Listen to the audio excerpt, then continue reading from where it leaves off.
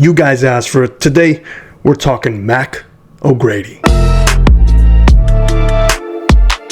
Today we're talking Mac O'Grady, one of the most mysterious, misunderstood, and methodical minds in golf instruction. In this video, I'll dive on his philosophy, explore his origin story of the Nomad swing method, and discuss why it might not work for you or almost anybody. I'll also compare his left-handed and right-handed golf swings, highlighting how he achieved scratch-level proficiency from both sides of the ball. Then I'll break down Mac's swing using cause and effect to reveal the real move that held everything together, and spoiler, it probably is not what you've been told. And very quickly, hit that like, share, subscribe if you do like this, and we also offer channel memberships if you really want to support us to keep videos like this coming. But let's go take a look at Mac. So before we get into the mechanics, let's talk about where this all started. Mac O'Grady isn't just a former tour player, he's a golf savant. In the 1980s, he earned a reputation for his elite ball striking and equally elite eccentricity. But it was after his playing career that he really made waves, diving deep into the complexities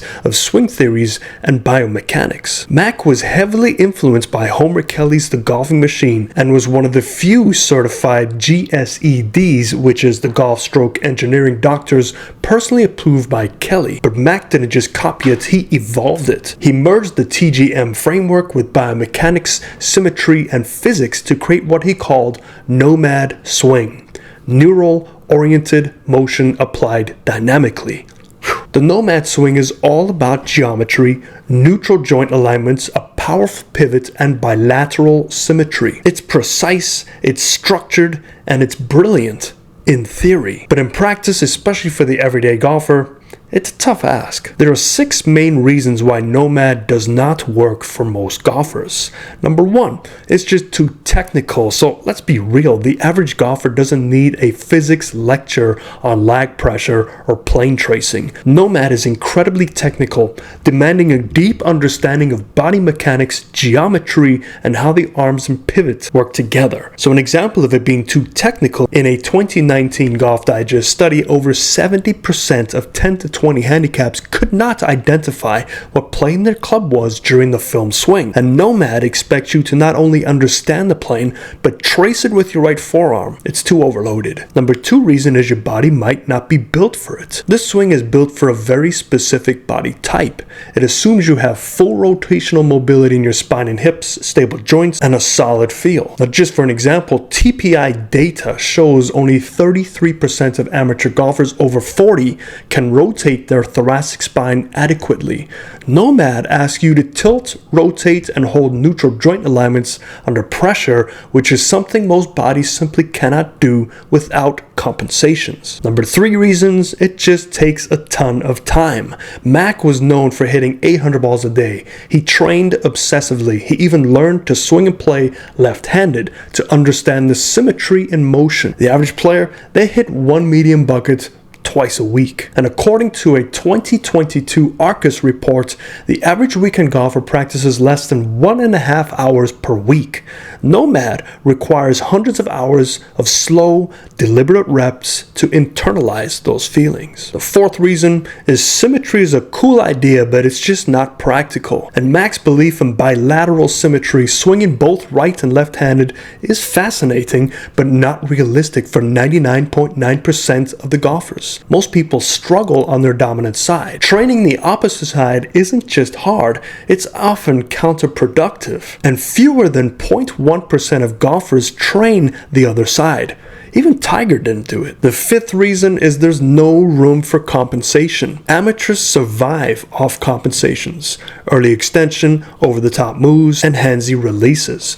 They're not perfect, but they're playable. Nomad, it demands perfection. No cheat codes allowed. And Sportsbox AI found that 67% of 5 to 15 handicaps showed early extension and over 70% relied on hand-driven release.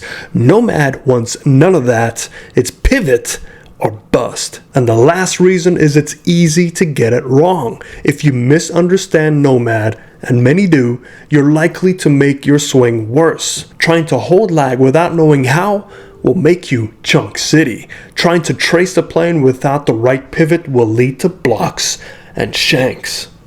like me. In fact, many Golf WRX and Reddit users report swing deterioration when trying to teach Nomad principles without guidance. They often become overly mechanical and lose their feel. So why did it work for Mac? Well, Mac was built for it. He had elite mobility, insane body awareness, and a mind that could process complex mechanics in real time. He trained obsessively, thousands of reps, both sides of the ball. His body, which had long limbs, flexible joints, and coordinated movement, allowed him to execute with neutral alignments to deliver the club through pivot-driven motion with precision. He wasn't teaching a system for the masses. He was refining a system for himself. Now, Nomad is no doubt a masterpiece of biomechanics, but it's a brutal system for most golfers. It takes a very specific mind and body to pull it off, and in this next section, I'll break down Mac O'Grady's swing using cause and effect, and we'll look at that one move that held it all together and why it might not be what you've been told. So let's go check it out. All right, so Mac O'Grady, the great Mac O'Grady. Now, I actually watched him hit golf balls at Riviera when I was down there, and it's quite amazing to see him switch from righty and lefty, and he was hitting drivers off the deck, and it was really impressive. But we're going to look at his cause and effect, and remember, when it comes down to these types of swings, the issue I have is they're teaching their swing to the masses, and the problem becomes the feel versus real and trying to get that information of what he is feeling out to the public, and specifically somebody with his mind and his communication skills, and he doesn't quite have the best reputation for instruction, let's put it that way. But let's just break this down. I want to start on this swing with the driver, and yes, we're going to use our Barney purple for the lower plane and upper plane line, and forgive me if it's too hard to see, but you can't have planes without Barney purple. And we're going to use Ivan red for the spine angle, and then we're going to do a quick check on his centeredness and the arches of the heel. We're going to split the difference between the two of them, and you can see this is just perfect. Great setup, and this is probably what aided him to do a lot of this to start with. This is great setup. It's fundamentally sound, it is secure, it's athletic, and it's ready to move. Now, one of the things he talked about was repeating the plane on the backswing and the downswing, and we know that this does not occur, but what we can see is look how perfect to a T this is in the backswing. So right when you get to that club parallel to the ground, you can see we can do that nice little circle over the hands and the club head. This is ensuring that things are staying connected. He is working that lower plane correctly. He is not raising his hands up too soon like we see some amateurs do. And if we do our check, we can see the tilting is working perpendicular to that spine angle, and his hands are still connected to the center of his chest, which is very key because that helps you get the width and power. And let's back up a little bit and put the club face angle. You can see it is just right on that spine angle. Well, let's take out that circle and move to that secondary plane line. So we see once that club gets to about that spine angle, it is exactly the same angle as the spine. Now that club's going to start to work to that secondary plane line. And what do you think his odds against that secondary plane line are? Just take a look at this. It is right on that secondary plane line.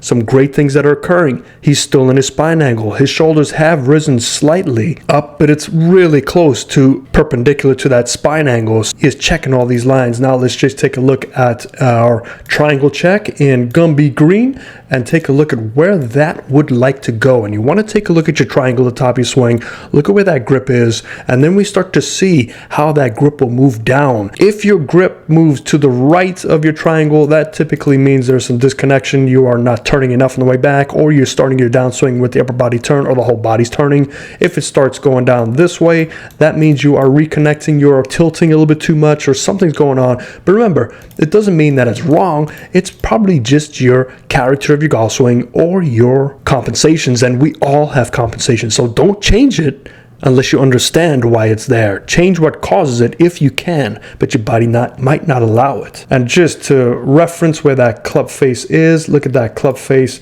relative to his left forearm. So it is just the ever so hair slightly closed, but it's pretty close for you know who.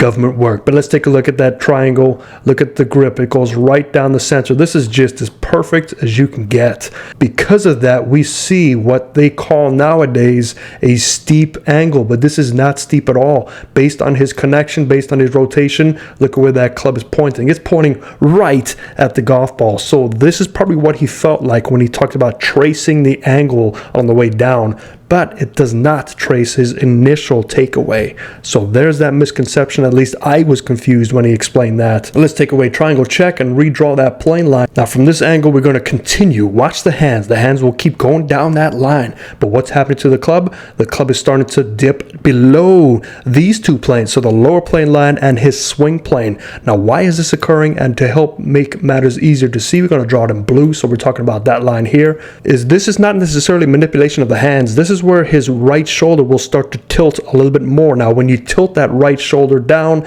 and you start compressing, what typically happens is this club will also move down with your tilt. Most of our amateurs are stuck here, or I've even seen some stuck up there. So that could be, again, a tilt-turn relationship, but it comes down to your body. But look at that spine angle. Look, right now in this point of the swing, you can see his lower body is facing a neutral position, although we do know it's rotating. This is important because as he keeps turning, now we take a look at the hips. The hips have somewhat stalled out to allow the shoulders to catch up, and we see his shoulders slightly open and the increase of tilt as he strikes the golf ball. So you can see how that tilting action plus him rotating, and that's a key thing. Rory McIlroy does this very well. He doesn't tilt as much as you would think. He's more of a turn player, and this helps keep that club closer to this plane line. Specifically with your irons, you don't want to come too shallow. Even though I don't like that word with your irons, you want to be closer to your swing plane, which is in between your lower plane and your upper plane line. And now watch as we strike the golf ball, we do see some hand release. It's ever so slight. It's more of a roll, so we see that club face is closing, and it's not a flip or anything like that. It is just a natural roll, and now the rest of the body will turn up. But take a look at the exit path, and the exit path in blue matches the green line. So you can see this is very, very solid. And I want to bring back one more time. Let's go back to this checkpoint because this is a pretty key checkpoint. The shaft of the club, it is perpendicular to his spine. So this is just showing you how he's positioning that club at this point of the swing to connect to his spine. Think of it like a catapult. You know, the catapult needs a steady base. So there's his steady base, and he's whipping it around that steady base. So again, all the best strikers in the world have that steady base, which is their body, and he maintains his posture fairly well. Look at the arms getting up to that secondary plane line again. Now, we don't see as much of an elongated finish. We don't see the arms finishing out and away, but I'm going to show you a iron swing to kind of explain why this needs to occur and how it's become a part of his habitual system. Okay, so let's start with a face-on iron swing, and we're going to use Gumby green because it's a little bit easier to see.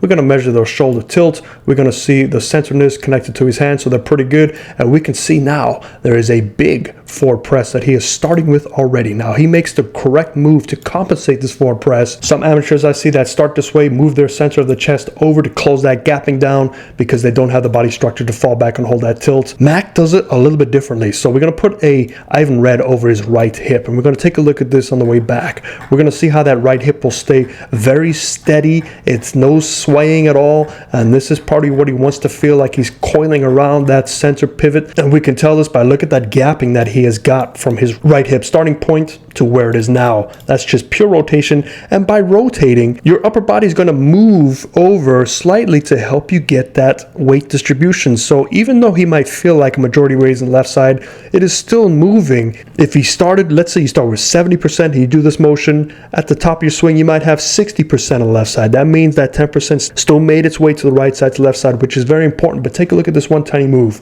As he gets from here, we're going to see that upper body slowly move first towards the target. Now what that helped do is change his hip tilt. So this is a big thing I want you guys to look at, and it takes a certain body type to do it in. Now we're going to draw Barney Purple. Let's make Barney Purple a little bigger so we can tell this. So we're going to put Barney Purple right through that right leg, and we're going to see how straight that right leg is. So you're going to put a little circle as well where I want you to pay attention to, right there. So we're going to keep that circle. We're going to see there's going to be no motion right to that circle from this point on. It's going to move forward, but watch the tilting of the hips. As he starts this move down, not only is it moving forward, but we're starting to get a tilt towards the ground with his hips. And we're going to draw this in mellow yellow, and we can see the tilting is moving down towards the ground. Now, there are a few main reasons why he does it, notably two of them. Number one is to help by keeping that post of the right leg and shifting his hip tilt more towards the ground.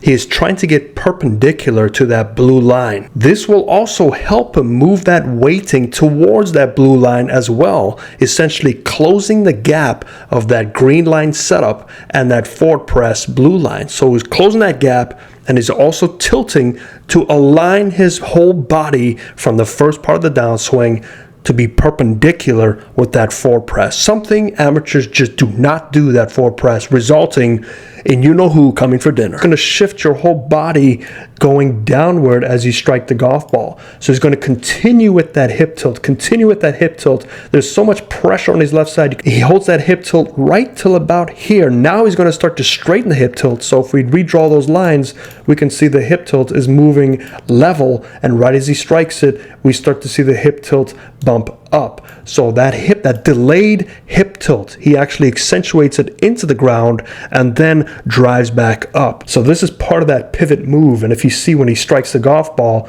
we can see how connected he is to his shoulders. And once we draw this in our mellow yellow, there's the shoulder tilt. The center of the shoulders going out to the golf ball. So he is still carrying over. And there's a reason why I left that blue line there. Let's redraw the blue line. We can see that same angle that he's carried over. So this is great. However, it can come at a cost. Let's clear up all these lines and just take a look at the angle of descent. So he has so much forward press. As he strikes it, look at that club just work into the ground. Extreme amount of pressure. So if you're not connected, you will hurt your wrists.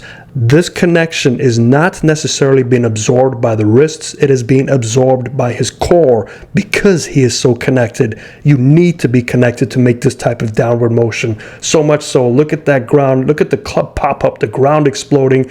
It almost delays his hands because of that shock of the striking the golf ball. But you take a look at how connected he is at this point. It's just pure connection. Then the hands catch up after being shocked by the ground and roll over naturally, but look at all the weighting on the left side. And as promised, we got him swinging lefty and righty, and this is quite an accomplishment. In fact, he is a scratch handicapper, I believe, from both sides, and there is a story out there that he went to try and qualify for the US Open as two people, one lefty and one righty. But what do you think about this swing? Let me know in the comments down below. Did this make sense to you? Do you think you can do this? I suggest you don't. Just watch it and just admire it for what it is. His swing that he probably has a hard time transferring that knowledge over to the common man. Hope that helps you. I'll see you next time. Fairways and greens.